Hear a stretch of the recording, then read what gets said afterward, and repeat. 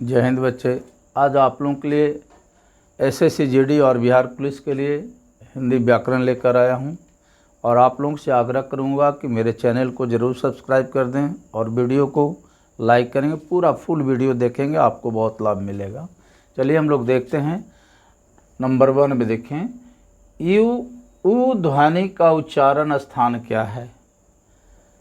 जिस वर्ण का उच्चारण होठ से होता है तो उसको हम उ ध्वनि को ओष्ठ से कहें। जैसे उ है, ओ है, दीर्घायु उ है, तो उ का उच्चारण ओष्ठ से होता है, इसलिए इसका ऑप्शन आपको सही होगा, डी होगा। क्योंकि कंठ से इसका उच्चारण नहीं हो रहा है, मूर्धा से नहीं है, तालु से नहीं है, ओष्ठ से है। उ का उच्चारण, ओ का उच्चारण, दीर्घायु उ का उच्चारण, इन सब का उच्चारण जो होता है ओष्ठ से होता है, इसमें ओष्ठ इस्तेमाल होता है। आप बोल कर देखोगे तो होठ जो है इसका उच्चारण होगा, होठ का इस्तेमाल होगा। अब देखें नंबर 2 में, विस्मित का उपयुक्त अर्थ क्या है? माने विस्मित का सही अर्थ क्या है? राइट इसका मीनिंग क्या होगा? विस्मित, अब देखें इसमें 4 ऑप्शन है, हैरान, भूला हुआ, परेशान और बिछड़ा हुआ। विस्मित का मतलब होता है हैरान। हैरान का मतलब क्या? चकित होता है। तो ऑप्शन इसका आपको ए ऑप्शन सही है।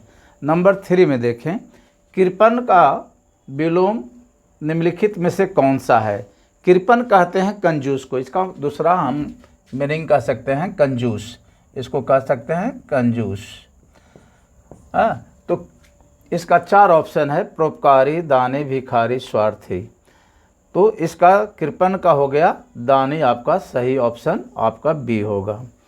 अब नंबर 4 देखें, त्रिलोचन किस प्रकार का शब्द है? विकारी शब्द है, यौगिक है, विदेशज है, योग रूढ़ है। यह जो है त्रिलोचन शब्द जो है योग रूढ़ है। योग रूढ़ का किसको कहते हैं?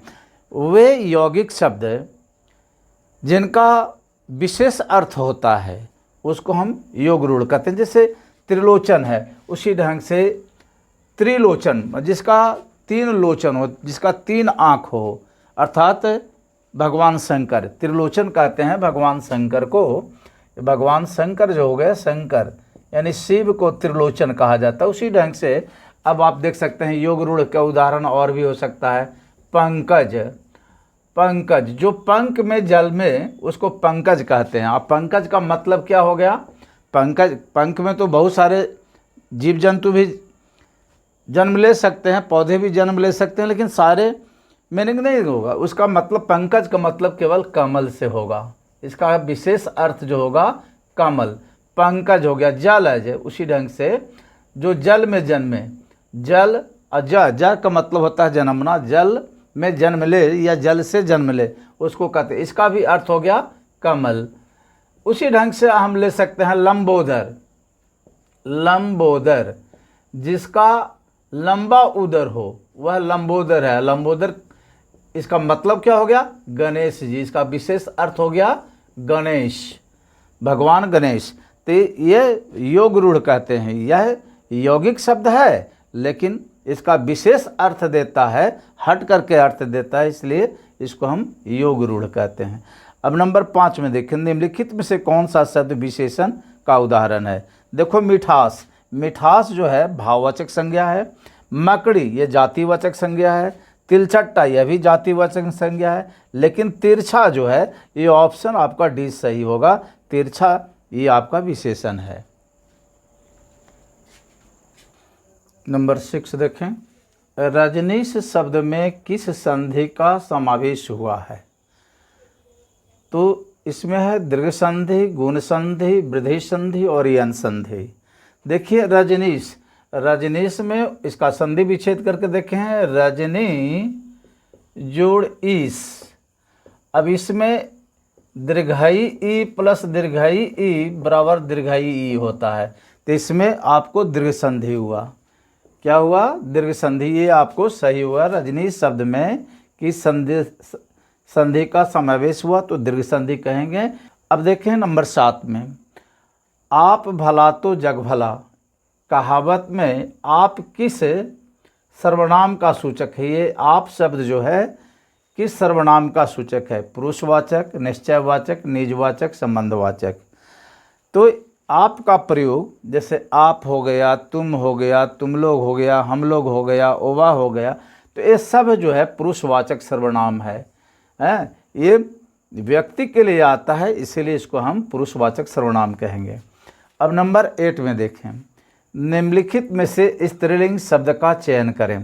चुनें कि कौन स्त्रीलिंग शब्द है। तबला, तबला जो है पुल्लिंग है, तबला बज रहा है। तालाब, तालाब भर गया है, ये पुल्लिंग है। तराजू, तराजू भी पुल्लिंग है। अब आपको रह गया ऑप्शन डी, तुला। तो तुला जो है स्त्रीलिंग है, तुला टूट गई। तो आपका ये तुला जो है ऑप्शन डी आपका सही हुआ।